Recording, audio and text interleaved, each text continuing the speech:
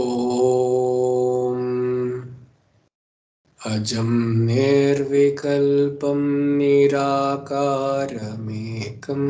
ನಿರಾನಂದಮಾನಂದಮದ್ವೈತಪೂರ್ಣಂ ಪರಂ ನಿರ್ಗುಣಂ ನಿರ್ವಿಶೇಷಂ ನಿರೀಹಂ ಪರಬ್ರಹ್ಮರೂಪಂ ಗಣೇಶಂ ಭಜೆ ಮಾ.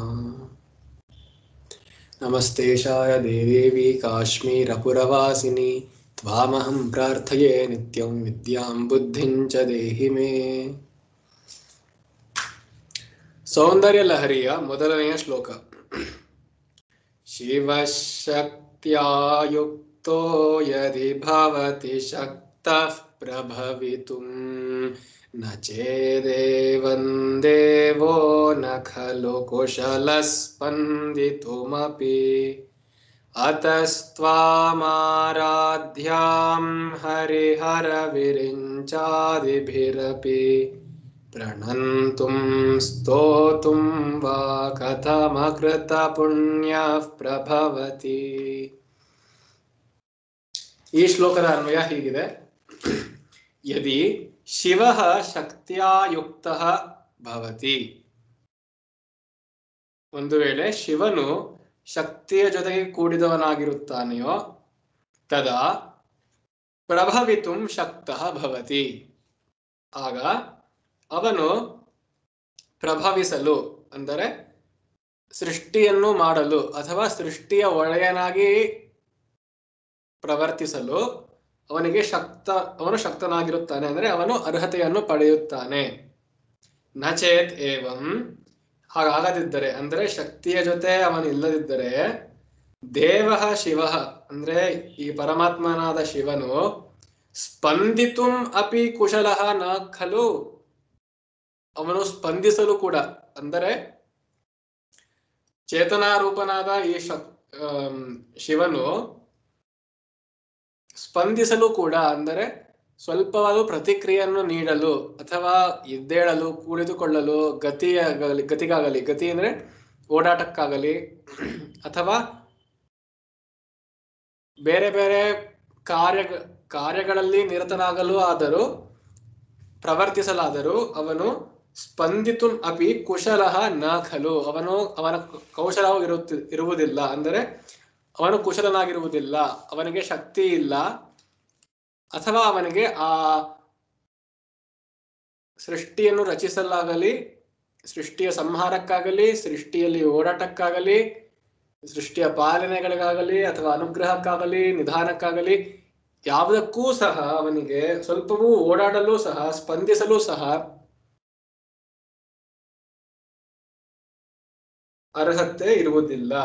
ಅತಃ ಹರಿಹರ ವಿರಿಂಚಾದಿಭಿಃ ಅಪಿ ಆರಾಧ್ಯಾಂ ತ್ವಾಂ ಪ್ರಣಂತುಂ ಸ್ತೋತುಂ ವಾ ಅಕೃತ ಪುಣ್ಯಃ ಕಥಂ ಪ್ರಭವತಿ. ಹೀಗೆ ನಿನ್ನ ಸಂಘ ಇಲ್ಲದಿದ್ದರೆ, ಅಂದರೆ ನಿನ್ನ ಸಾಮೀಪ್ಯ ಇಲ್ಲದಿದ್ದರೆ ಪರಮೇಶ್ವರನಾದ ಶಿವನಿಗೂ ಸಹ ಅವನ ಕೆಲಸವನ್ನು ಮಾಡಲು ಅಸಾಧ್ಯವಾಗಿರುವುದರಿಂದ ಇನ್ನು ನಾನು ಅಕೃತ ಪುಣ್ಯನಾದರೆ, ಅಂದರೆ ಪುಣ್ಯ ಮಾಡದಿದ್ದರೆ ನನಗೆ ಹೇಗೆ ತಾನೇ ನಿನ್ನ ಸ್ತುತಿಯನ್ನಾಗಲಿ ನಿನ್ನಗೆ ನಮಸ್ಕಾರವನ್ನ ಮಾಡಲಾಗಲಿ ಹೇಗೆ ನನಗೆ ಸಾಧ್ಯ? ನೀನು ಯಾರು, ನಾನಿವಾಗ ಯಾರನ್ನ ಆರಾಧಿಸಲು ಹೊರಟಿರುವೆ, ನಾನು ಯಾರನ್ನ ಸ್ತೋತ್ರ ಮಾಡಲು ಹೊರಟಿರುವೆ, ಯಾರನ್ನ ನಮಸ್ಕರಿಸಲು ಹೊರಟಿರುವೆ? ಹರಿಹರ ವಿರಿಂಚ ಆದಿಭಿಃ ಅಪಿ ಆರಾಧ್ಯಾಂ. ಹರಿ ಅಂದ್ರೆ ವಿಷ್ಣು, ಹರ ಶಿವ, ಅಥವಾ ಇಲ್ಲಿ ಹರ ಅಂದ್ರೆ ರುದ್ರ ಅಂತ ಅನ್ಕೊಬಹುದು. ವಿರಿಂಚ ಅಂದ್ರೆ ಬ್ರಹ್ಮ, ಸೃಷ್ಟಿಕರ್ತರ ಬ್ರಹ್ಮ.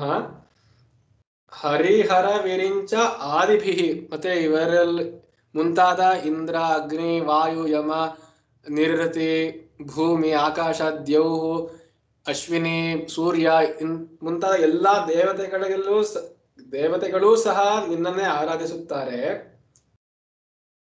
ಅಂತ ಮಹಾತ್ಮ್ಯ ಉಳ್ಳಂತಹ ನೀನು ನಿನ್ನನ್ನು ಸ್ತೋತ್ರ ಮಾಡಲು ಆದರೂ ನಮಸ್ಕರಿಸಲಾಗಲು ಅಕೃತ ಪುಣ್ಯನಾದ ನಾನು ಅಥವಾ ಅಕೃತ ಪುಣ್ಯನಾದ ಯಾರಾದರೂ ಸಹ ಹೇಗೆ ತಾನೇ ಮಾಡಲು ಸಾಧ್ಯ?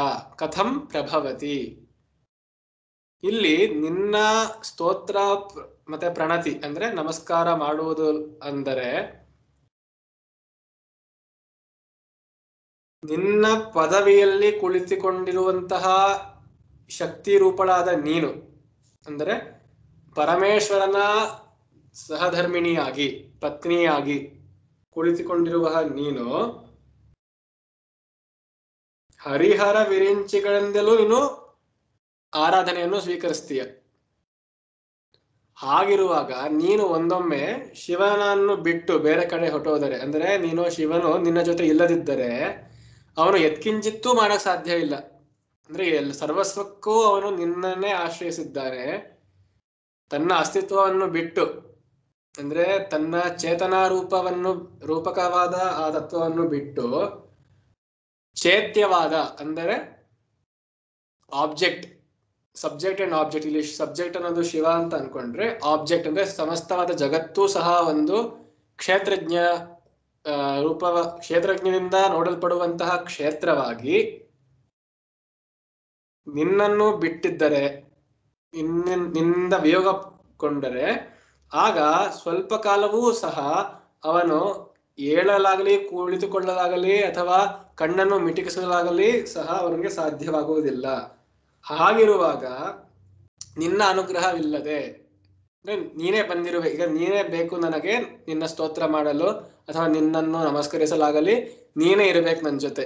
ಯಾಕೆ ಅಂತಂದ್ರೆ ಶಿವನಿಗೆ ನಿನ್ನ ಬಿಟ್ಟಿದ್ರೆ ಜಗತ್ತನ್ನೇ ಮುಟ್ಟಕ್ಕಾಗಲಿರುವಾಗ ನಿನ್ನನ್ನು ಬಿಟ್ಟು ನಾನು ನಿನ್ನ ಅನುಗ್ರಹ ಇಲ್ಲದೆ ನಾನು ಹೇಗೆ ತಾನೇ ನಿನ್ನದೇ ಸ್ತೋತ್ರ ಅಥವಾ ನಿನ್ನ ಪ್ರಣತಿಯನ್ನು ಮಾಡಲು ಸಾಧ್ಯ?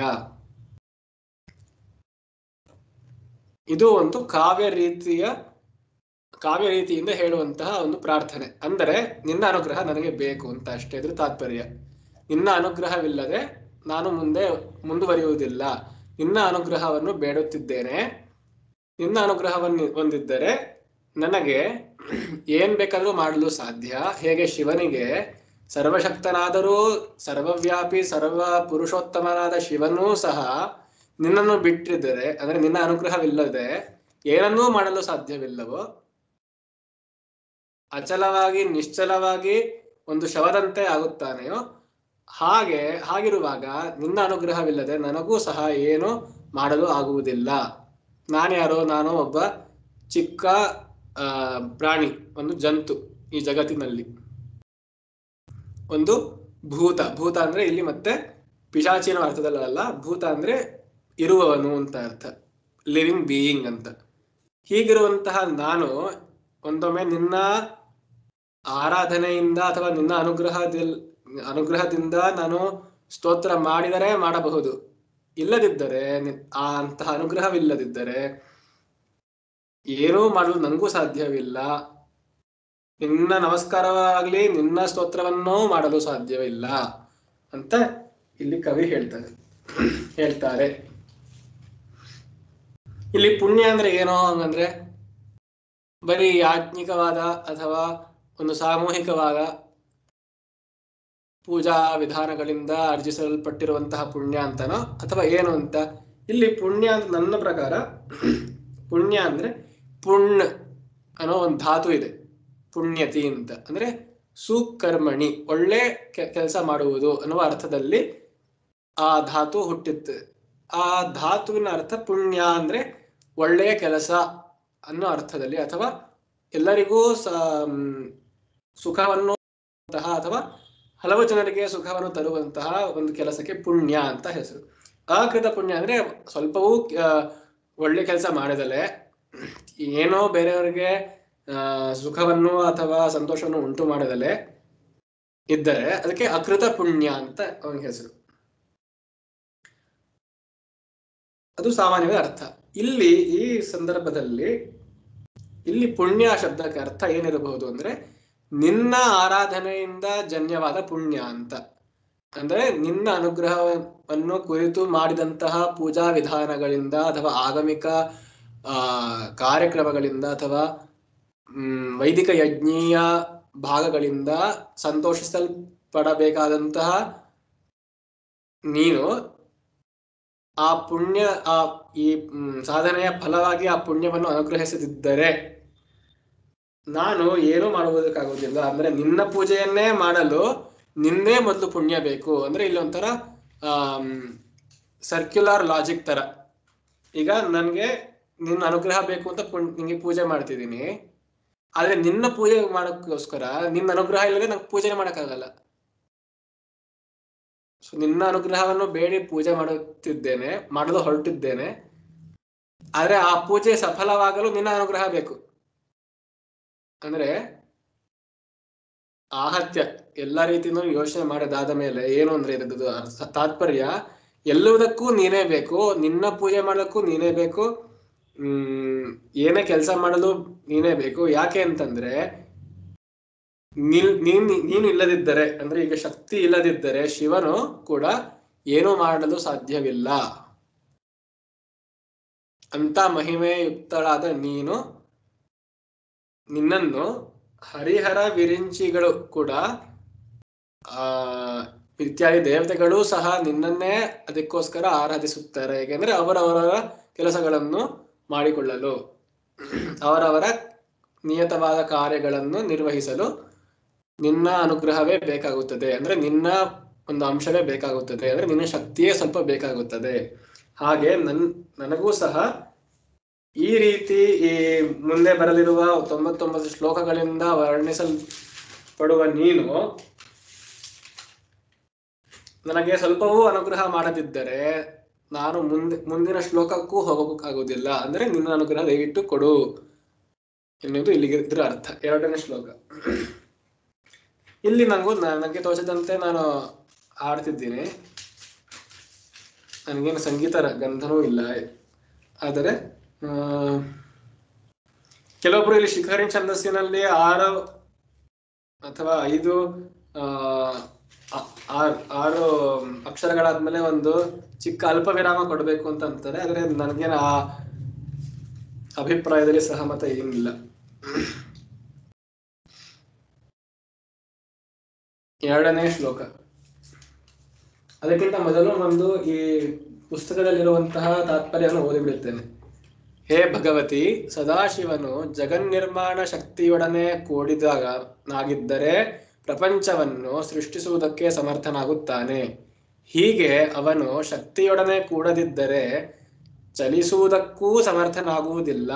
ಆದುದರಿಂದ ಹರಿಹರ ಬ್ರಹ್ಮಾದಿಗಳ ಪೂಜೆಗೆ ಅರ್ಹಳಾದ ನಿನ್ನನ್ನು ಪುಣ್ಯವನ್ನು ಮಾಡದೆ ಇರುವವನು ನಮಸ್ಕರಿಸುವುದಕ್ಕಾಗಲಿ ಸ್ತುತಿಸುವುದಕ್ಕಾಗಲಿ ಹೇಗೆ ಸಮರ್ಥನಾದೀನು? 2ನೇ ಶ್ಲೋಕ. ತನೀಯಾಂ ಸಂಪಾಂಸುಂ ತವ ಚರಣ ಪಂಕೇರುಹ ಭವಂ ವಿರಿಂಚಿ ಸಂಚಿನ್ವನ್ ವಿರಚಯತಿ ಲೋಕಾನ ವಿಕಲಂ ವಹತ್ಯೇನಂ ಶೌರ್ಯಃ ಕಥಮಪಿ ಸಹಸ್ರೇಣ ಶಿರಸಾಂ ಹರಃ ಸಂಕ್ಷುಭ್ಯೈನಂ ಭಜತಿ ಭಸಿತೋ ಧೂಲನ ವಿಧಿಂ ವಿರಿಂಚಿಃ ತವ ಚರಣ ಪಂಕೇರುಹ ಭವಂ ಪಾಂಸುಂ ತನೀಯಾಂಸಂ ಪಾಂಸುಂ ಸಂಚಿನ್ವನ್ ಅವಿಕಲಂ ಲೋಕಾನ್ ವಿರಚಯತಿ. ವಿರಿಂಚಿ ಅಂದ್ರೆ ಇಲ್ಲಿ ಬ್ರಹ್ಮನು ಚತುರ್ಮುಖ ಬ್ರಹ್ಮನು ನಿನ್ನ ಚರಣದಲ್ಲಿ ಅಂದ್ರೆ ನಿನ್ನ ಚರಣ ಕಮಲಗಳಲ್ಲಿ ಇರುವಂತಹ ಚಿಕ್ಕದಾದ ಧೂಳನ್ನು ತೆಗೆದುಕೊಂಡು ಅವಿಕಲಂ ವಿರಚಯತಿ, ಸರ್ವ ವಿಧವಾದ ಸಮಸ್ತ ಭೂತರಾಶಿ ಪ್ರಾಣಿರಾಶಿ ನಕ್ಷತ್ರ ಸಹಿತವಾದ ಸೂರ್ಯ ಸಚಂದ್ರ ಸಭೂಮಿ ಸಗ್ರಹ ಇತ್ಯಾದಿ ವಿಶ್ವಾಂತರಗಳನ್ನೇ ಸೃಷ್ಟಿಸುತ್ತಾನೆ. ಲೋಕಾನ್ ಅಂದ್ರೆ ಎಲ್ಲಾ ಚತುರ್ದಶ ಲೋಕ ಇದೆ ಅಂತ ಅಂತಾರೆ. ಅಂದ್ರೆ ಪಾತಾಳದಿಂದ ಶುರು ಮಾಡಿ ಅತಲ ವಿತಲ ಸುತ್ತಲ ತಲಾತಲ ರಸಾತಲ ಮಹಾತಲ ಪಾತಾಳ ಕೆಳಗೆ, ಮೇಲೆ ಭೂ ಭುವ ಸ್ವಹ ಮಹಾಜನ ತಪ ಸತ್ಯ. ಈ ಹೀಗೆ 7 + 7 14 ಲೋಕಗಳು ಇವೆಯಂತೆ.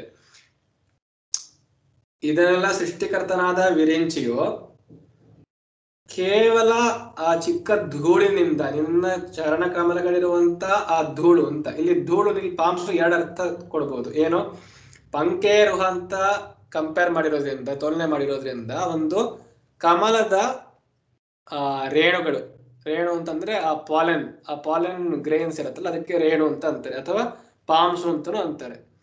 ಸೊ ನಿನ್ನ ಚರಣಗಳಲ್ಲಿ ಇರುವಂತಹ ಆ ಧೂಳನ್ನು, ಅವು ಯಾವ ರೀತಿ ಇದೆ, ಒಂದು ಕಮಲದಲ್ಲಿರುವಂತಹ ಆ ರೇಣುಗಳ ತರ, ಅದನ್ನು ಅಷ್ಟು ಚಿಕ್ಕದಾದ ಧೂಳು ಕಣಗಳನ್ನು ತೆಗೆದುಕೊಂಡು ಸಂಚಿನ್ವನ್ ಅವಿಕಲಂ ಲೋಕಾನ್ ವಿರಚಯತಿ, ಸ್ವಲ್ಪವೂ ಕೊರತೆ ಇಲ್ಲದಂತಹ ಈ ಸಮಸ್ತ ಲೋಕಗಳನ್ನೇ ರಚಿಸುತ್ತಾನೆ.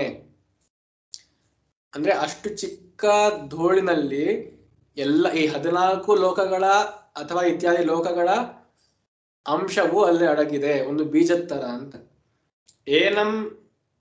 ಏನಂ ಲೋಕಂ ಕಥಮಪಿ ಶಿರಸಾಂ ಸಹಸ್ರೇಣ ಶೌರಿ ವಹತಿ. ಈ ಲೋಕಗಳನ್ನೆಲ್ಲ, ಈ ಹೀಗೆ ಕಲ್ಪಿತವಾದ ಲೋಕಗಳನ್ನೆಲ್ಲ ಯಾರು ಧರಿಸ್ತಾನೆ? ಈಗ 3 ಜನ ಇದ್ದಾರೆ ತಾನೆ, ಸೃಷ್ಟಿಕರ್ತ, ಸ್ಥಿತಿಕರ್ತ, ಲಯಕರ್ತ ಅಂತ ನಾವು ಕಲ್ತಿದೀವಿ ಪುರಾಣಗಳಲ್ಲಿ. ಸೃಷ್ಟಿಕರ್ತ ಯಾರು? ಬ್ರಹ್ಮ. ಸ್ಥಿತಿಕರ್ತ ವಿಷ್ಣು, ಲಯಕರ್ತ ರುದ್ರ.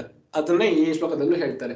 ಸೃಷ್ಟಿ ಮಾಡ್ತಾನೆ ಬ್ರಹ್ಮ, ಅದಾದ್ಮೇಲೆ ಏನ್ ಮಾಡ್ತಾನೆ ವಿಷ್ಣು ಏನ್ ಮಾಡ್ತಾನೆ? ಶೌರಿ ಅಂದ್ರೆ ವಿಷ್ಣು ಅಂತ. ಶೌರಿ ಕಥಮಪಿ, ಈ ಇಷ್ಟು ಭಾರವಾದ ಈ 14 ಲೋಕಗಳನ್ನ ತಲೆ ಮೇಲೆ ಹಿಡ್ಕೊಳಕ್ಕೆ, ಅಂದ್ರೆ ಈ 14 ಲೋಕಗಳ ಜವಾಬ್ದಾರಿಯನ್ನು ತಲೆ ಮೇಲೆ ಧರಿಸಕ್ಕೆ, ಆ ಹೊಣೆಯನ್ನು ಧರಿಸಕ್ಕೆ ಶಿರಸಾಂ ಸಹಸ್ರೇಣ, ಅವನಿಗೆ 1000 ತಲೆಗಳು ಬೇಕಂತೆ. ಅದು ಹೇಗೆ ಅಂತಂದ್ರೆ ಈ ಪುರುಷ ಸೂಕ್ತದಲ್ಲಿ ಬರುತ್ತೆ ನೋಡಿ, ಸಹಸ್ರ ಶೀರ್ಷ ಪುರುಷಃ ಸಹಸ್ರಾಕ್ಷ ಸಹಸ್ರಪಾತ್ ಅಂತ ಬರುತ್ತೆ. ಸರ್ವತ ಶ್ರುತಿ ಮಲ್ಲೋಕೆ ಸರ್ವಮಾವೃತ್ತಿ ತಿಷ್ಠತಿ ಸರ್ವೇಂದ್ರಿಯ ಗುಣಾಭಾಸಂ ಸರ್ವೇಂದ್ರಿಯ ವಿವರ್ಜಿತಂ, ಹೀಗೂ ಅದು ಬರುತ್ತೆ. ಅಂದ್ರೆ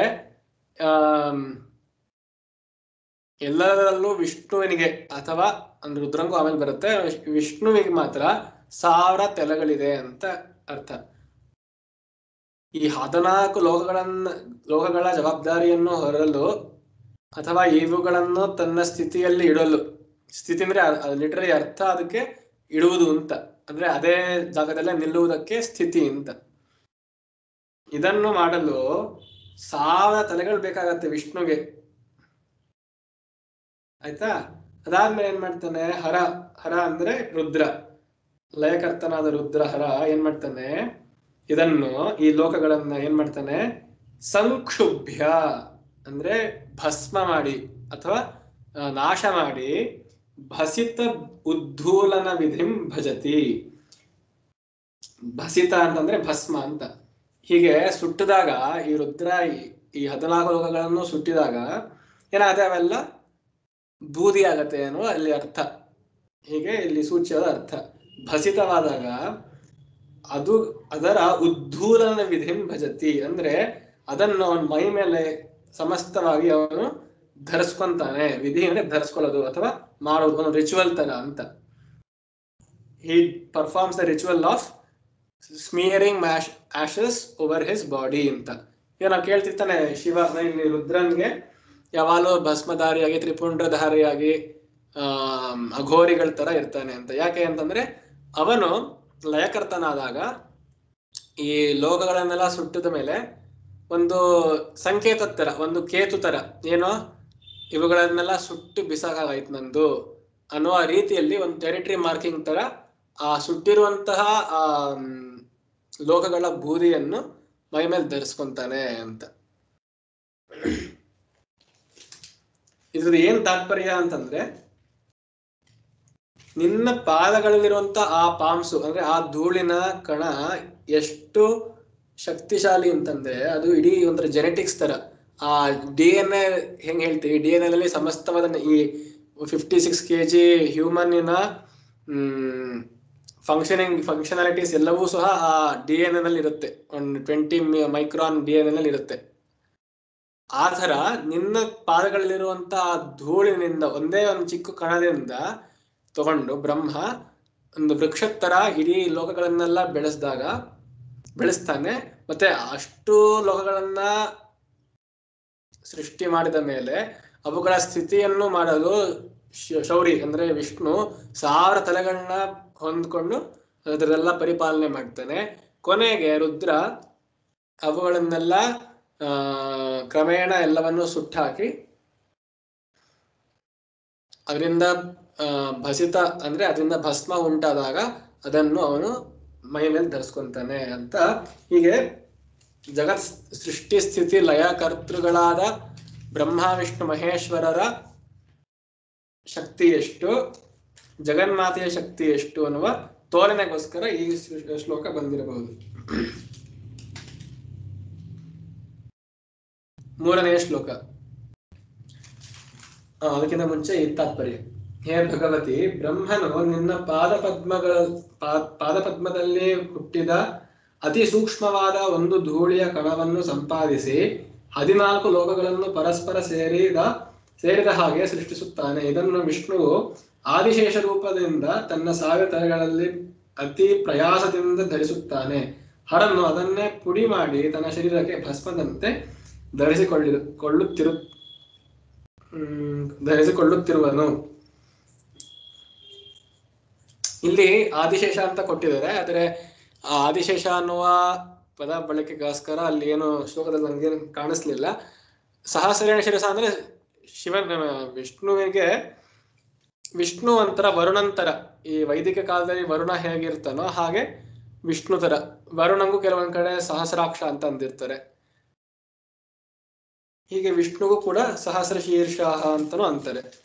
ಸಹಸ್ರ ಶೀರ್ಷಂ ದೇವಂ ವಿಶ್ವಾಕ್ಷಂ ವಿಶ್ವಶಂಭುವಂ ಅಂತ ಅಂತಾರಲ್ಲ, ಅದರಿಂದ ವಿಷ್ಣುಗೆ ಸ್ವತಃ ಸಹಜವಾಗಿಯೇ 1000 ತಲೆಗಳಿವೆ ಅಂತನೂ ಅನ್ಕೊಬಹುದು.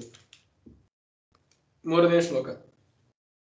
ಅವಿದ್ಯಾನಾಮಂತಸ್ತಿಮಿರಮಿಹಿರದ್ವೀಪನಗರೀ ಜಡಾನಾಂ ಚೈತನ್ಯಸ್ತಬಕ ಮಕರಂದಶ್ರುತಿಝರೀ ದರಿದ್ರಾಣಾಂ ಚಿಂತಾಮಣಿಗುಣನಿಕಾ ಜನ್ಮ ಜಲಧೋ ನಿಮಗ್ನಾನಾಂ ದಂಷ್ಟ್ರಾ ಮುರರಿಪುವರಾಹಸ್ಯ ಭವತಿ.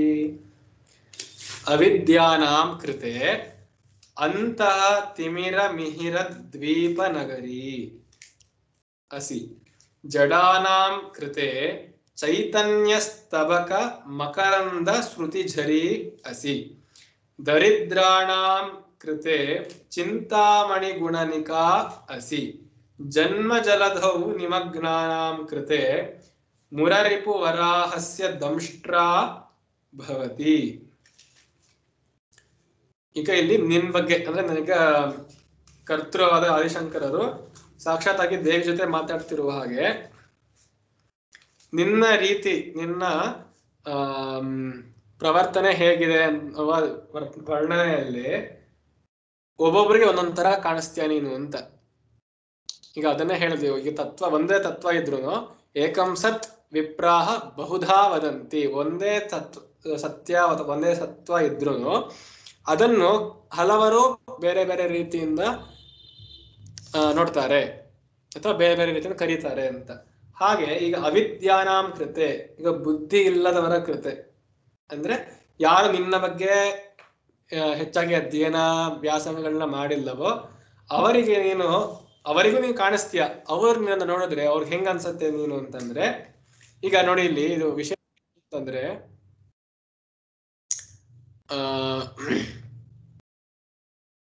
ಬರೀ ಜ್ಞಾನಿಗೆ ಮಾತ್ರವೇ ನಿನ್ನ ದರ್ಶನ ಆಗತ್ತೆ ಅಂತ ಏನ್ ಹೇಳ್ತಿಲ್ಲ ಇಲ್ಲಿ ಕವಿ. ಸೂಚ್ಯವಾಗಿ ಏನ್ ಹೇಳ್ತಿಲ್ಲ ಅಂತಂದ್ರೆ ಎಲ್ಲರಿಗೂ ನೀನ್ ಕಾಣಿಸ್ತೀಯ, ಎಲ್ಲರಿಗೂ ನೀನ್ ಪ್ರವರ್ತನೆ ಮಾಡ್ತೀಯ, ಆದ್ರೆ ಎಲ್ಲರಿಗೂ ಒಂದೊಂದ್ ತರ ಕಾಣಿಸ್ತೀಯ, ಅವರವರ ಮಟ್ಟಕ್ಕೆ ತಕ್ಕಂತೆ ನೀನ್ ಕಾಣಿಸ್ತೀಯ ಅಂತ ಅವ್ರಿಗೆ ಇಲ್ಲಿ ಇದರ ಸಮಾಹೃತವಾದ ಅರ್ಥ. ಅವಿದ್ಯಾನಾಂ ಕೃತೆ ಅಂತಸ್ತಿಮಿರ ಮಿಹಿರ ದ್ವೀಪ ನಗರಿ. ನೀನು ಒಂದು ನಗರದ ತರ. ಏನೋ ನಗರ ಅಂದ್ರೆ ಒಂದು ಪುರ. ದ್ವೀಪ ನಗರಿ ಅಂದ್ರೆ ಒಂದು ದ್ವೀಪ ಇರುತ್ತೆ, ಆ ದ್ವೀಪದಲ್ಲಿ ಮಧ್ಯದಲ್ಲಿರುವಂತ ಒಂದು ನಗರಕ್ಕೆ ದ್ವೀಪ ನಗರಿ. ಈಗ ಉದಾಹರಣೆಗೆ ದ್ವಾರಕ ಒಂದು ದ್ವೀಪದ ಮೇಲಿತ್ತು, ಆ ದ್ವೀಪದ ಮಧ್ಯದಲ್ಲಿ ಆ ನಗರ ಇರುತ್ತೆ, ಅದಕ್ಕೆ ದ್ವೀಪ ನಗರಿ ಅಂತ. ಈ ಒಂಥರ ಲೈಟ್ ಪೋಸ್ಟ್ ತರ, ಲೈಟ್ ಹೌಸ್ ತರ ಆ ದ್ವೀಪ ನಗರಿ. ಯಾವ ರೀತಿ ಆ ದ್ವೀಪ ಅಂತಂದ್ರೆ ಅದು ಮಿಹಿರ ದ್ವೀಪ, ಅಂದ್ರೆ ಮಿಹಿರ ಅಂದ್ರೆ ಸೂರ್ಯ ಅಂತ, ಸೂರ್ಯನಿಂದ ಪ್ರಕಾಶಿಸಲ್ಪಟ್ಟಿರುವಂತಹ ಈ ದ್ವೀಪ ನಗರಿ. ಈ ಸೂರ್ಯ ಏನ್ ಮಾಡ್ತಾನೆ, ಯಾವ ರೀತಿ ಇರ್ತಾನೆ ಅವನು, ಅಂತಸ್ತಿಮಿರ ಮಿಹಿರ ಅಂದ್ರೆ ತಿಮಿರ ಅಂದ್ರೆ ಕತ್ತಲೆ, ಕಗ್ಗತ್ತಲೆ. ಅಂತಸ್ತಿಮಿರ ಅಂದ್ರೆ ಒಳಗಿನ ಕತ್ತಲೆ, ಅಂತಃಕರಣದಲ್ಲಿರುವಂತಹ ಅಂತ. ಅಂದ್ರೆ ಈ ಅವಿದ್ಯರು ಅಂತಂದ್ರೆ ಯಾರಿಗೆ ಉದಾಹರಣೆ ಅನಕ್ಷರಸ್ಥರು ಅಂತ ಅನ್ಬೋದು ಸ್ಥೂಲವಾಗಿ. ಅನಕ್ಷರಸ್ಥರಿಗೆ ಏನು ಅಂದ್ರೆ ಒಳಗೆ ಒಂಥರ ಕಗ್ಗತ್ತಲೆ ಇರುತ್ತೆ. ಇಗ್ನರೆನ್ಸ್ ಇಸ್ ಬ್ಲಿಸ್ ಅನ್ನೋ ಅರ್ಥದಲ್ಲಿ ಅಲ್ಲ, ಇಗ್ನರೆನ್ಸ್ ಇಸ್ ಡಾರ್ಕ್ನೆಸ್ ಅನ್ನೋ ಅರ್ಥದಲ್ಲಿ. ಒಳಗಡೆ ಆ ಕತ್ತಲೆ ಇರುವಾಗ ಅವರಿಗೆ ಜ್ಞಾನ ಎನ್ನುವ ಮಿಹಿರ ಅಂದ್ರೆ ಸೂರ್ಯ ರೀತಿ ಬಂದಾಗ ಏನಾಗತ್ತೆ, ಕತ್ತಲೆ ಓಡಾಟೋಗುತ್ತೆ ತಾನೆ. ಹಾಗೆ ದ್ವೀಪ ನಗರಿ ಅವರ ಅಂತಃಕರಣ ಎನ್ನುವ ನಗರದಲ್ಲಿ ಅವರ ಆತ್ಮ ಎನ್ನುವ ದ್ವೀಪ ಅಂತ ಅನ್ಕೊಂಡ್ರೆ, ಆ ಆತ್ಮಕ್ಕೆ ಒಂದು ಸೂರ್ಯನ ಪ್ರಕಾಶ ಬಂದ್ರೆ ಹೇಗಾಗುತ್ತದೋ ಅಂದ್ರೆ ಆ ಕಗ್ಗತ್ತಲಿನಿಂದ ಮುಚ್ಚಲ್ಪಟ್ಟಿರುವಂತಹ ಆ ದ್ವೀಪ ನಗರದಲ್ಲಿ ಸೂರ್ಯನ ಉದಯವಾದರೆ ಹೇಗಾಗುತ್ತದೋ ಹಾಗೆ ಅವಿದ್ಯರ ಕೃತೆ ಆಗುತ್ತದೆ. ಅಂದ್ರೆ ಅವಿದ್ಯರಿಗೆ ನಿನ್ನನ್ನು ಕಂಡ್ರೆ ಆತರ ಆಗುತ್ತದೆ. ಅಂದ್ರೆ ಅವರಿಗೆ ಏನೂ ಜ್ಞಾನವಿಲ್ಲದಂತಹ ಮನುಷ್ಯರಾಗಿರುತ್ತಾರೆ. ಅವರು ನಿನ್ನ ನೋಡಿದ ತಕ್ಷಣ ಅವರ ಅಜ್ಞಾನ ಎನ್ನುವ ಕತ್ತಲೆಯೆಲ್ಲವೂ ನಾಶವಾಗಿ ನಿನ್ನಂತ ಸೂರ್ಯನಂತೆ ಇರುವ ನಿನ್ನನ್ನು ಕಂಡಾಗ ಅವರ ದ್ವೀಪ ನಗರಿ, ಅವರ ಅಂತಃಕರಣವೂ ಸಹ ಪರಿಶುದ್ಧವಾಗಿ ಪ್ರಕಾಶಿತವಾಗುತ್ತದೆ ಎನ್ನುವ ಅರ್ಥ ಇರ್ಬೋದು. ಜಡಾನಾಂ ಚೈತನ್ಯಸ್ತಬಕ ಮಕರಂದ ಶ್ರುತಿ ಝರಿ.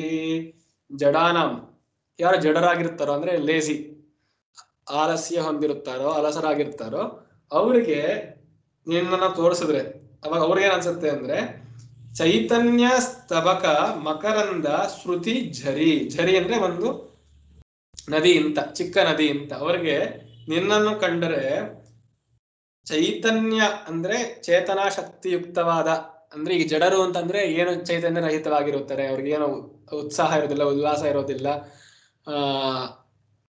ನಿಷ್ಕಾರ್ಯವಾಗಿ ನಿಷ್ಕ್ರಿಯರಾಗಿರ್ತಾರೆ. ಅವ್ರಿಗೆ ನಿನ್ನನ್ನು ಕಂಡ್ರೆ ಚೈತನ್ಯ ಎನ್ನುವ ಸ್ತಬಕ, ಸ್ತಬಕ ಅಂದ್ರೆ ಗುಚ್ಛ ಅಂತ, ಗೊಂಚಲು ಅಂತ. ಸ್ತಬಕ ಏನ್ ಗೊಂಚಲು, ಮಕರಂದ ಶ್ರುತಿ ಝರಿ, ಚೈತನ್ಯ ಎನ್ನುವ ಪುಷ್ಪದ ಗೊಂಚಲಾಗಿ ಅದರಿಂದ ಸುರಿಯುತ್ತಿರುವಂತಹ, ಸುರಿ ಅಂದ್ರೆ ಶ್ರುತಿ ಅಂತ, ಸುರಿಯುತ್ತಿರುವಂತಹ ಮಕರಂದ. ಮಕರಂದ ನೆಕ್ಟರ್, ಸಿಹಿಯಾದ ರಸ, ಆ ಪುಷ್ಪದ ರಸಕ್ಕೆ ಮಕರಂದ ಅಂತಾರೆ. ಚೈತನ್ಯ ಶಕ್ತಿಯಿಂದ, ಚೈತನ್ಯ ಶಕ್ತಿಯೇ ಒಂದು ಸ್ತಬಕವಾಗಿದ್ದರೆ, ಸ್ತಬಕ ಅಂದ್ರೆ ಗೊಂಚಲಾಗಿದ್ದರೆ, ಹೂ ಗೊಂಚಲಾಗಿದ್ರೆ, ಹೂಗುಚ್ಚಾಗಿದ್ರೆ ಅದರಿಂದ ಮಕರಂದ ಸುರಿಯುತ್ತಿದೆಯೋ, ಆ ಸುರಿಯುತ್ತಿರುವ ಮಕರಂದವೂ ಸೇರಿ ಒಂದು ನದಿ ಆದರೆ, ಒಂದು ಚಿಕ್ಕ ನದಿ ಆದರೆ ಅಥವಾ ಒಂದು ಚಿಕ್ಕ ಝರಿ ಆದರೆ ಹೇಗೆ ಅನ್ಸುತ್ತೆ, ಆ ತರ ಜಡರಿಗೆ ಅನ್ಸುತ್ತದೆ. ಜಡ ಅಂತಂದ್ರೆ ಆಲಸ್ಯ ಹೊಂದಿರುವಂತಹ ಮನುಷ್ಯರಿಗೆ ನಿನ್ನನ್ನು ಕಂಡ್ರೆ ಆತರ ಅನ್ಸುತ್ತೆ. ಇದರ ಅರ್ಥ ಏನು ಅಂತಂದ್ರೆ ಸ್ಥೂಲವಾಗಿ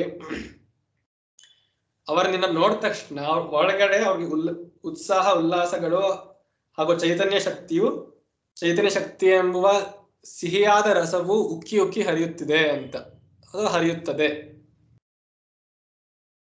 ದರಿದ್ರಾಣಾಂ ಚಿಂತಾಮಣಿ ಗುಣನಿಕ. ಗುಣನಿಕ ಅಂದ್ರೆ ಮಣಿ ಅಂತ ಅಥವಾ ಒಂದು ಹಾರ ಅಂತ.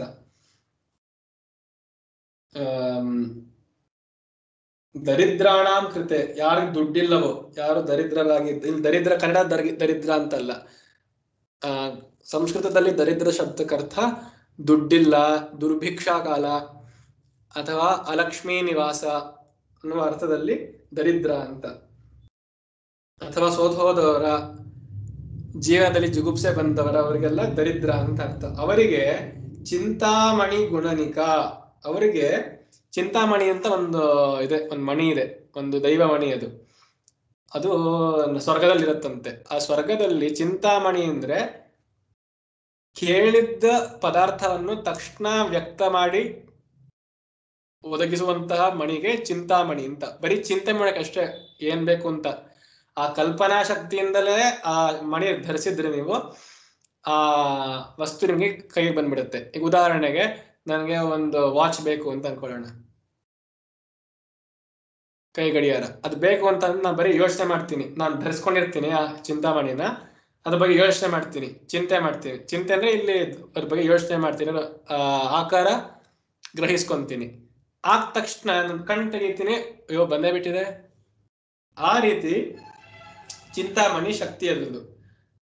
ಆತ ಯಾರು ದರಿದ್ರರಾಗಿರ್ತಾರೋ, ಯಾರಿಗೆ ಧನಹೀನರಾಗಿ ನಿರ್ಧನಿಕರಾಗಿರ್ತಾರೋ ಅವ್ರು ನಿನ್ನನ್ನು ನೋಡಿದ್ರೆ ಅವ್ರಿಗೆ ಅಯ್ಯೋ ಚಿಂತಾಮಣಿ ಗುಣನಿಕ, ಚಿಂತಾಮಣಿಯ ಹಾರವೆಂದೇ ಕಾಣಿಸ್ತೀಯ ನೀನು, ಅಥವಾ ನೀನ್ ಚಿಂತಾಮಣಿಯ ಹಾರವಾಗಿಯೇ ಇರ್ತೀಯಾ ಅಂತ. ಅಂದ್ರೆ ನೀನ್ ಕೇಳಿದ್ದನ್ನ ಬಯಸಿದ್ದನ್ನ ಅವ್ರು ಬಯಸಿದ್ದನ್ನ ನೀನು ಕಲ್ಪನಾ ಮಾತ್ರದಿಂದಲೇ, ಚಿಂತೆ ಮಾತ್ರದಿಂದಲೇ ಅದನ್ನ ನೀನು ಅವ್ರಿಗೆ ಒದಗಿಸ್ಕೊಡ್ತೀಯ. ಗುಣನಿಕ ಅಂದ್ರೆ ಹಾರ ಅಂತ ಅನ್ಕೊಬಹುದು. ಆತರ ಬರೀ ಒಂದ್ ಚಿಂತಾಮಣಿಯಿಂದನೇ ಇಷ್ಟು ಶಕ್ತಿ ಇದೆ. ಆತರ ನೀನು ಹಲವಾರು ಚಿಂತಾಮಣಿಗಳ ಹಾರವಾಗಿದ್ದೀಯ ನೀನು ಅಂತ. ಜನ್ಮ ಜಲಧೌ ನಿಮಗ್ನಾನಾಂ ಕೃತೆ ಮುರರಿಪು ವರಾಹಸ್ಯ ದಂಷ್ಟ್ರ ಭವತಿ. ಜನ್ಮ ಜಲಧೌ, ಈ ಸಂಸಾರ ಎನ್ನುವ ಸಾಗರದಲ್ಲಿ, ಜಲಧಿ ಅಂದ್ರೆ ಸಾಗರ, ಜನ್ಮ, ಈ ಜನ್ಮ ಮರಣಗಳ ಸಾಗರದಲ್ಲಿ ಸಿಕ್ಕಾಕೊಂಡು ಮತ್ತೆ ಮುಳುಗೋಗಿರುವಂತಹ ಜನರಿಗೆ ನಿನ್ನನ್ನು ಕಂಡರೆ ಆಗ ಮುರರಿಪು ವರಾಹ ಅಂದ್ರೆ, ಮುರ ಅಂದ್ರೆ ಒಬ್ಬ ರಾಕ್ಷಸ, ವಿಷ್ಣು ಸಂಹಾರ ಮಾಡಿದಂತ ರಾಕ್ಷಸ ಹೆಸರು ಮುರ ಅಂತ ಒಬ್ಬ. ಅವನ ರಿಪು ಅಂದ್ರೆ ಅವನನ್ನು ಸಂಹಾರ ಮಾಡಿದವ ಅಂದ್ರೆ ವಿಷ್ಣು. ವಿಷ್ಣುವಿನ ರೂಪವಾದ ವರಾಹದ, ಅಂದ್ರೆ ವಿಷ್ಣು ವರಾಹ ಆಗಿ ಬರ್ತಂತ ನಾ ಕತೆ ಕೇಳಿದಿವಲ್ಲ 3ನೇ ಅವತಾರವಾಗಿ, ಅವನ್ ಬಂದು ಸಂಸಾರ ಸಾಗರದಲ್ಲಿ ಮುಳುಗೋಗಿರುವಂತಹ ಒಂದು ಭೂಮಿಯನ್ನ ಎತ್ತಿ ಹಿಡಿತಾನೆ. ಅವನ ಕೋರೆ ಹಲ್ಲುಗಳಲ್ಲಿ ಭೂಮಿಯನ್ನ ಎತ್ತು ಹಿಡಿದ, ವಾಪಸ್ಸು ಅದರ ಸ್ಥಿತಿಗೆ ಸುಸ್ಥಿತಿಗೆ ತಂದು ನಿಲ್ಸಿದ ಅಂತ ಆ ಕಥೆ ಕೇಳಿದೀವಿ.